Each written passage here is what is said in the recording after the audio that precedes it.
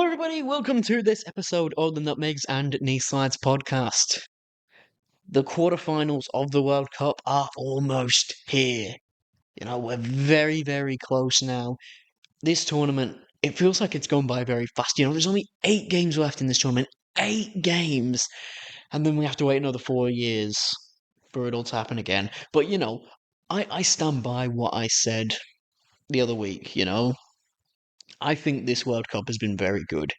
There's been entertainment on and off the pitch, the stories, the football, the upsets, the big nations going out early, the small nations going far. It's very good. I've liked this tournament so far. Um, so yes, very soon the World Cup quarterfinals are kicking off. So we're going to go game by game. I'm going to give you my thoughts on each last 16 games. So we're going to start off big one tomorrow. France versus Morocco. That was the semi-final back in Qatar. And again, I have to say Morocco, not too surprised that they beat Canada, because that you got to say now, Morocco are up there as a good footballing nation, as a very good footballing nation. In the last couple of years, they they've gotten a lot better. They started really performing. You look since 2022, so in the last 4 years, maybe even a bit further back if you want to go, they've got um, they've got a World Cup semi-final. They then, I believe, in that next AFCON, they went out in the quarterfinals. I think it was to South Africa, so it's okay again. Then in the last AFCON, they're controversial champions, but still, very good of them. And now here, they're quarterfinals in the World Cup again. You have to say now, Morocco are probably up there as they're I believe they're a top 10 ranked FIFA nation now. Is it rightly deserved? It's debatable, but you can't really see. You can see why FIFA and a lot of people put them up there because they're really doing good. They've had a breakthrough as a football nation.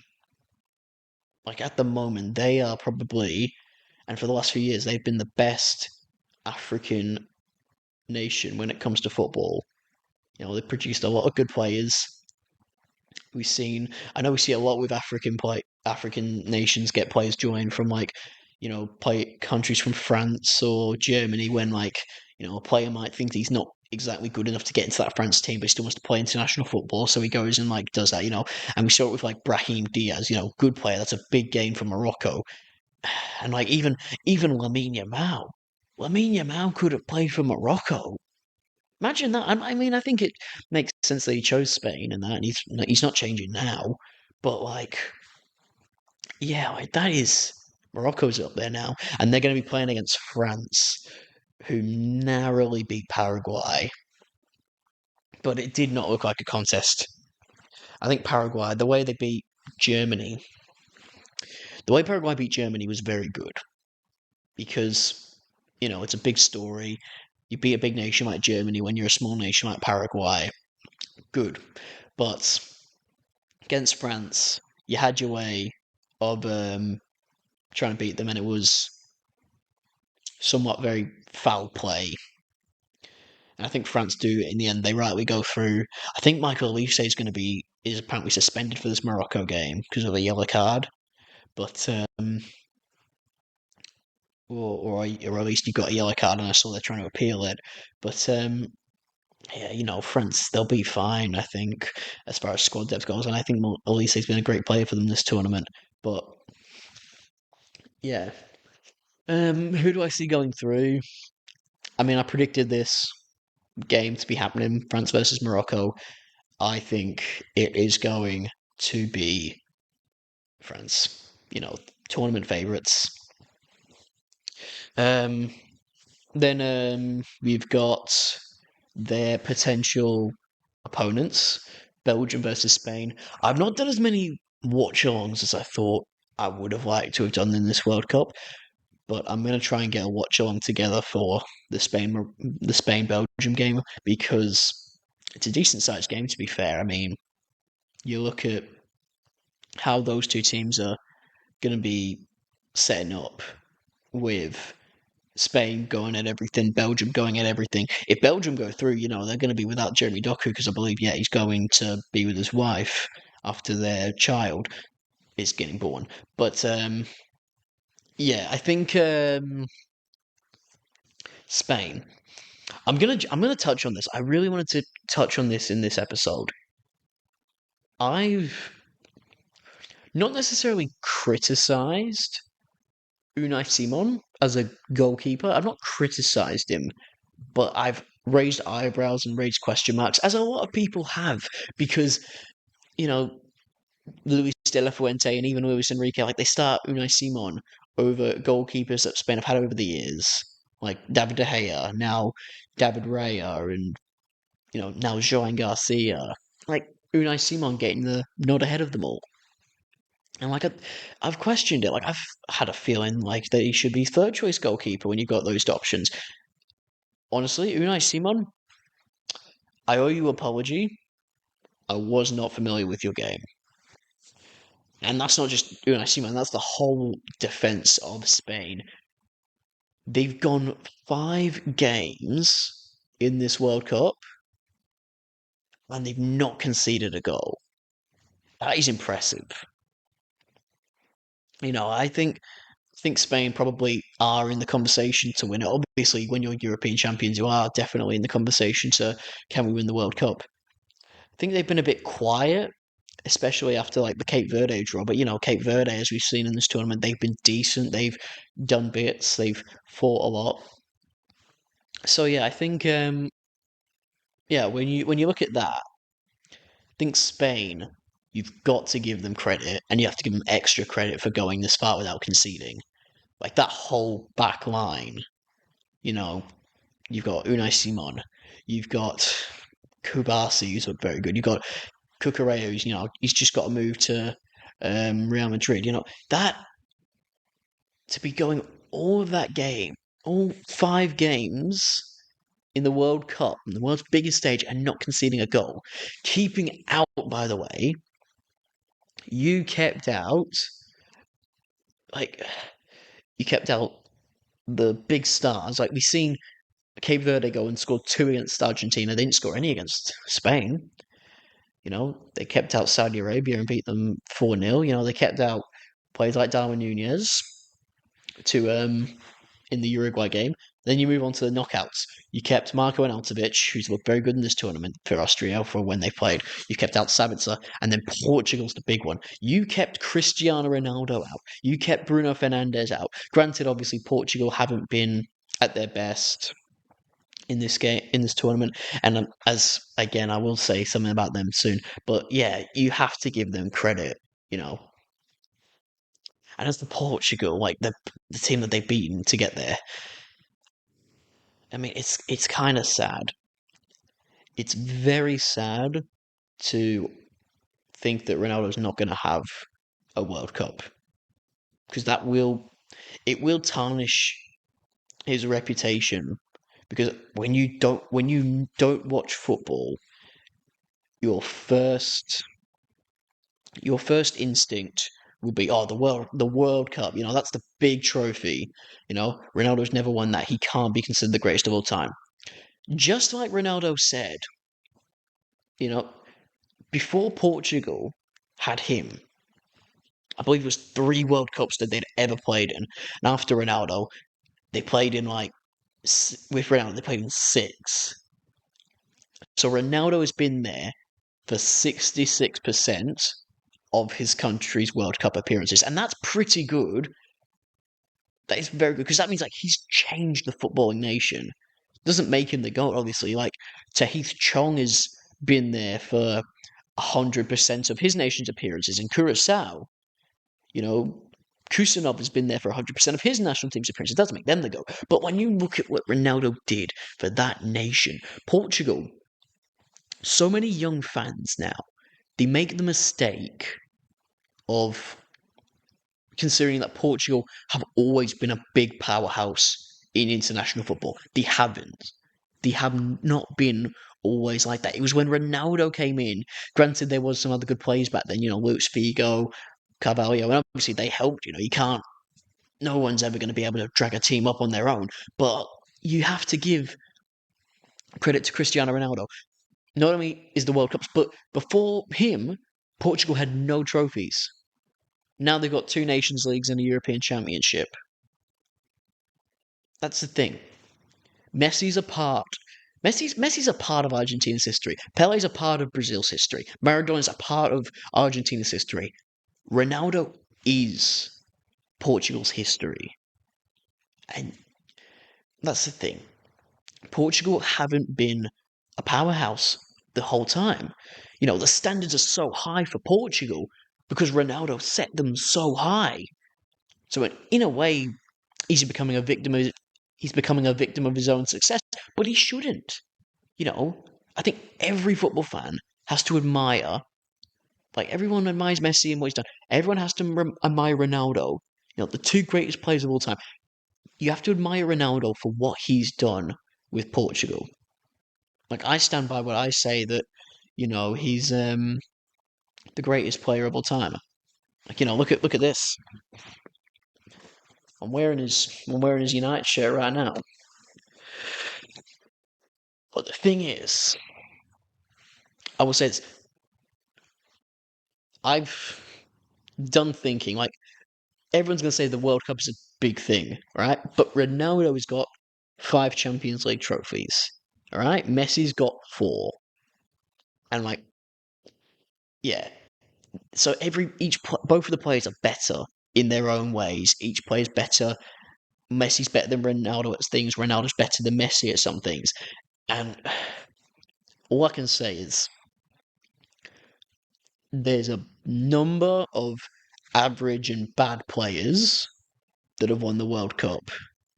There's not a single average or bad player that's got 5 Champions Leagues in his trophy cabinet. I will wait for you to say someone. I will wait for you to say a average player who's got 5 Champions Leagues. I could name a number of average players that have won a World Cup. Montiel, average player in Argentina squad. Molina, average player in their Argentina squad. Matuidi, average player in France's winning squad. There's not a single average player that's got 5 Champions Leagues. And I want people to remember that when they decide who's better and before they just jump to the World Cup. Anyway, as for Spain's opponents, Belgium. I called it. I did a whole video on how politicized this World Cup has become. And we saw it again. It happened again.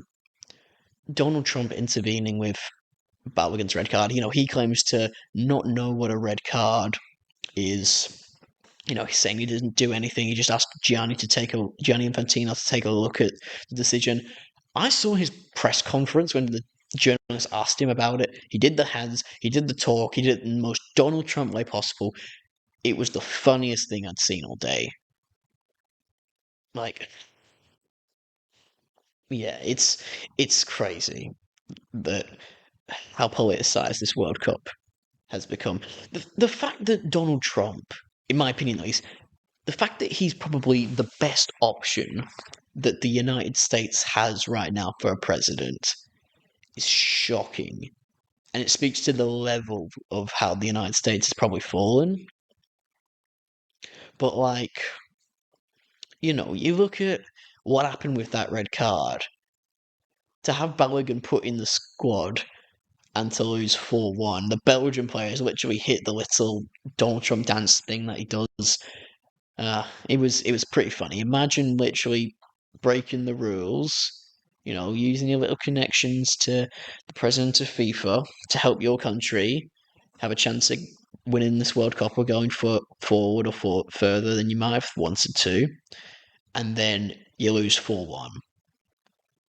Funny stuff, Football's a funny game. That's how it went. There's now no more host nations in this tournament.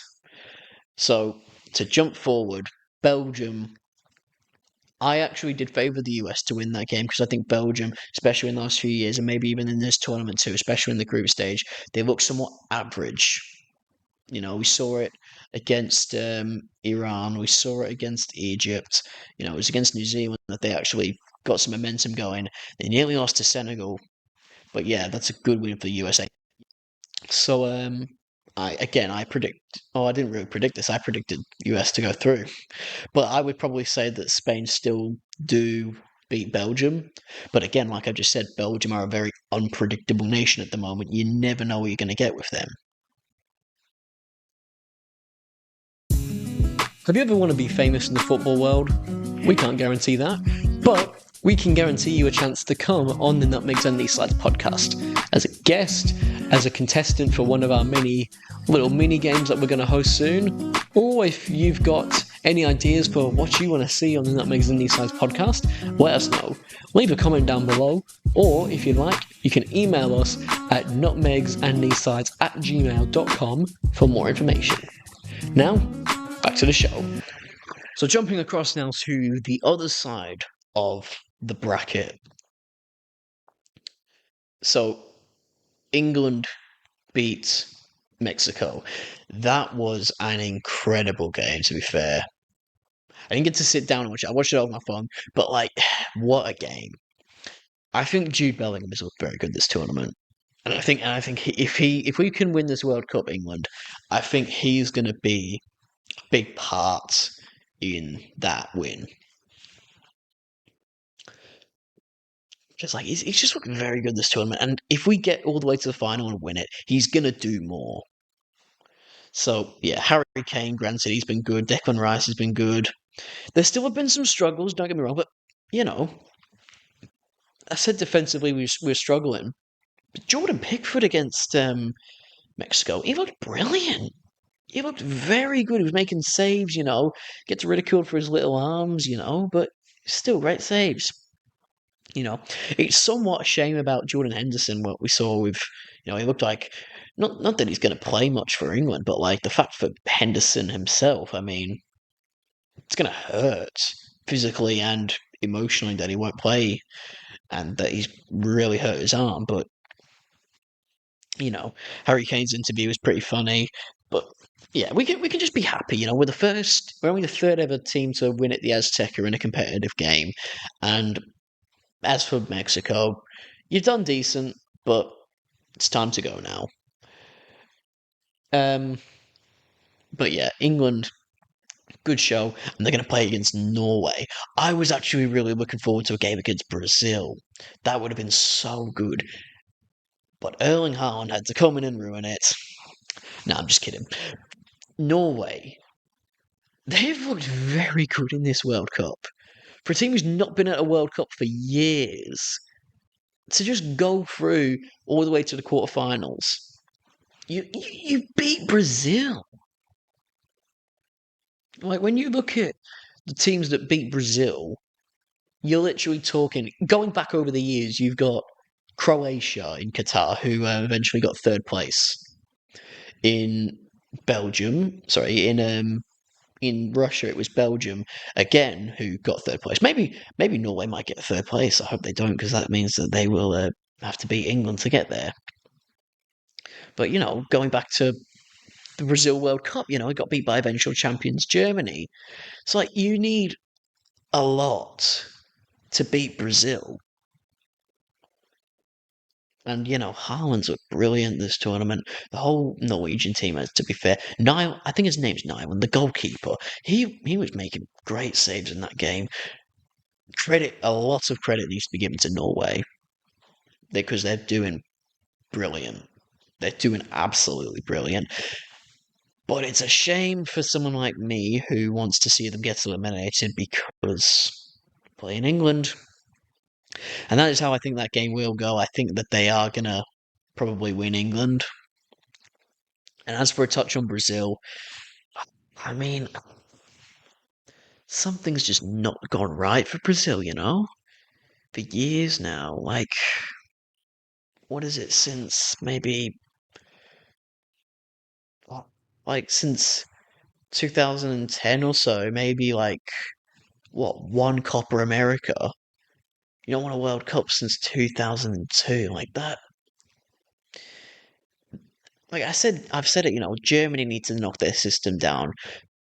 Italy needs to knock their system down. Should Brazil do the same? I don't think so because they are still producing good players, world class players. Vinicius Junior, Mateus Cunha, who else? Casemiro, obviously a bit older, but Marquinhos, Gabriel. In the midfield, you got Guimaraes, you got Ryan, who looks like a good young star. You got Igor Thiago. They're not producing. They're not producing good players, but it's just not gelling for them. And yeah, do you know what the hard thing about Brazil is? It's that when the players aren't gelling, they're not working well as a group. You need to sometimes look at the manager and how he's running the squad. Like, do you need a better manager or a different manager? The thing is, as far as managers go, they don't come much better than Carlo Ancelotti. They really do not come much better. Like, Pep Guardiola, he's open now. Whether they'll cut their losses with Ancelotti after one World Cup is a big question mark. But personally, I'd be surprised if Brazil do end up sacking Ancelotti unless in their next Copa America he's absolutely awful. But I think you've just got to give it till next time, Brazil. They won't be playing Norway in the next one. But their last Copa America was awful. So they need to try and get something together. Now on to the last quarterfinal. Switzerland beat Colombia on penalties. Two things I want to say about that game. One, big credit to Switzerland because Colombia have looked very good this tournament. Like I've given them lots of credit for you know, beating Uzbekistan in the manner that they did. They beat Congo. They got a good draw against Portugal, which they were on top of for the most of it. So yeah, you have to give Colombia very good credit, and you have to give Switzerland even more credit for beating them. Everyone. Oh, that was a bit silly. I've just dropped the microphone.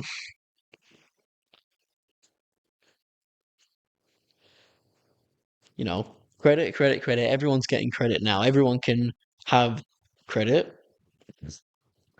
Oh, I'm still on about the microphone. Oh, that's definitely gonna get clipped and it might go viral. Hope it does.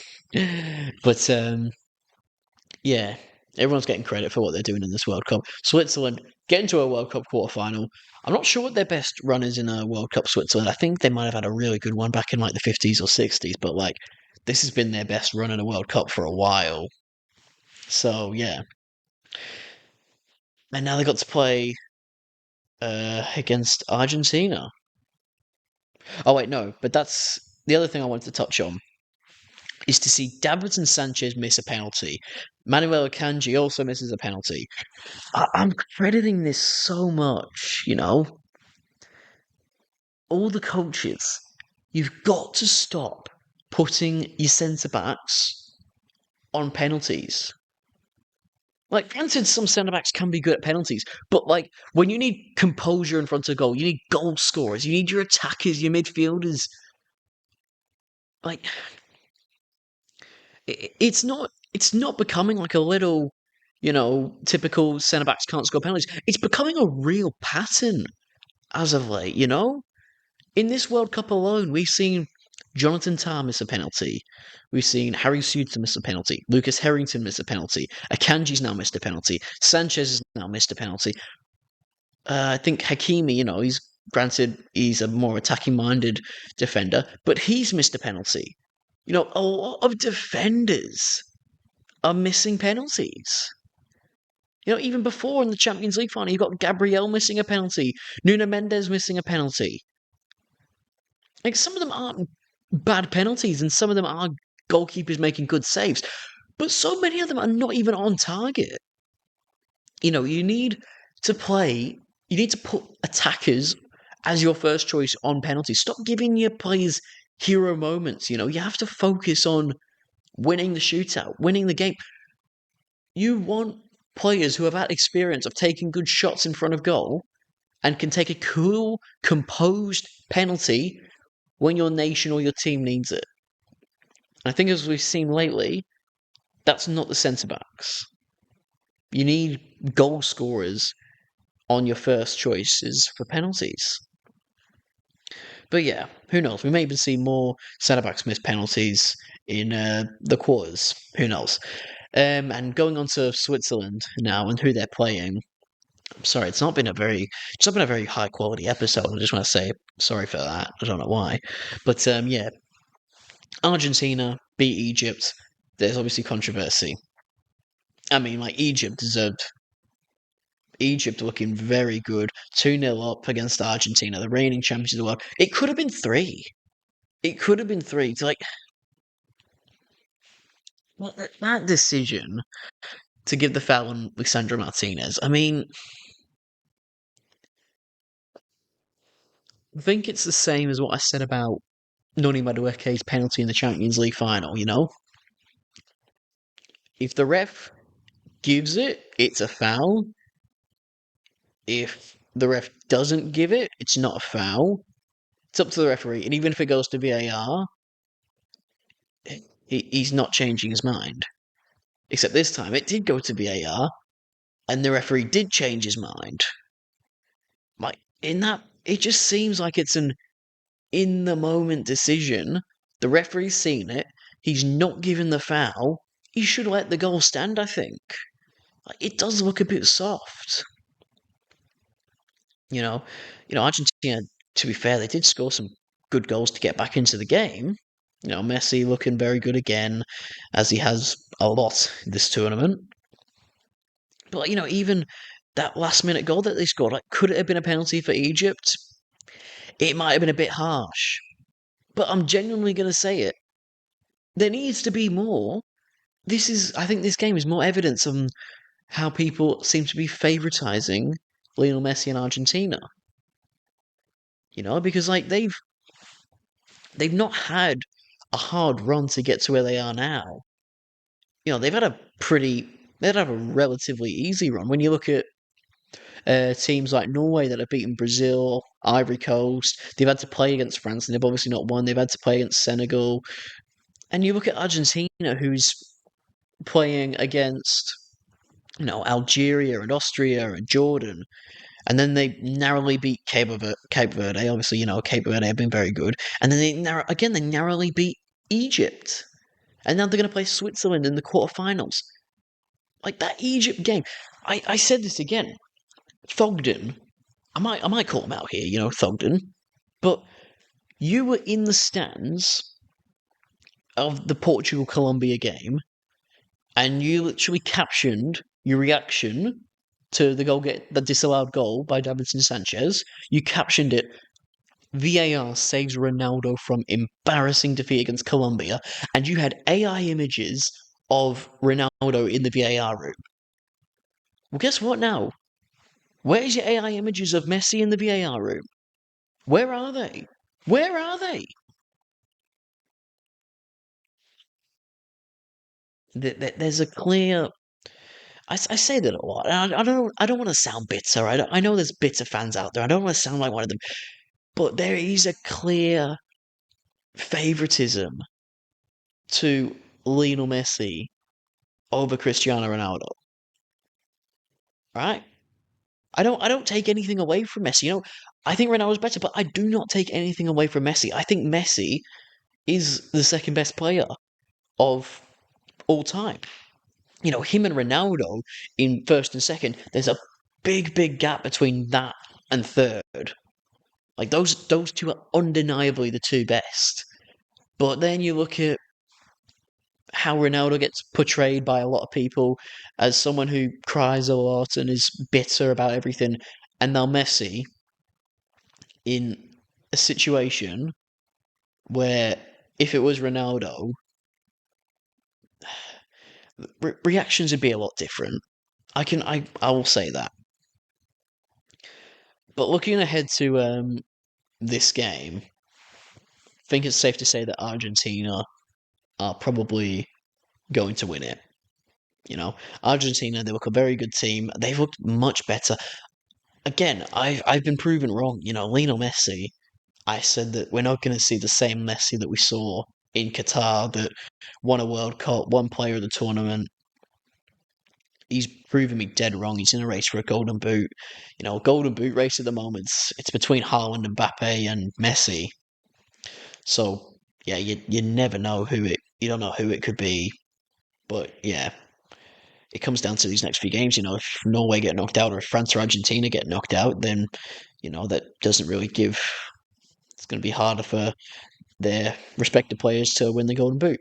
But I think now you have to enjoy it because there's not long left in this World Cup, and I'm sure it's going to be a big, exciting ending. So I'm going to call the episode there. Thank you very much for listening. Be sure to tune in for the live watch along on Saturday morning between Spain and Belgium, and I will see you next time in a bit. Nutmegs and These Sides has now expanded beyond just YouTube. It's now well and truly listenable through short videos over Instagram and TikTok. And soon we plan to even expand it more beyond Spotify. If you enjoy our content, we'd appreciate a follow or a subscribe or a like or anything depending on where you're watching this.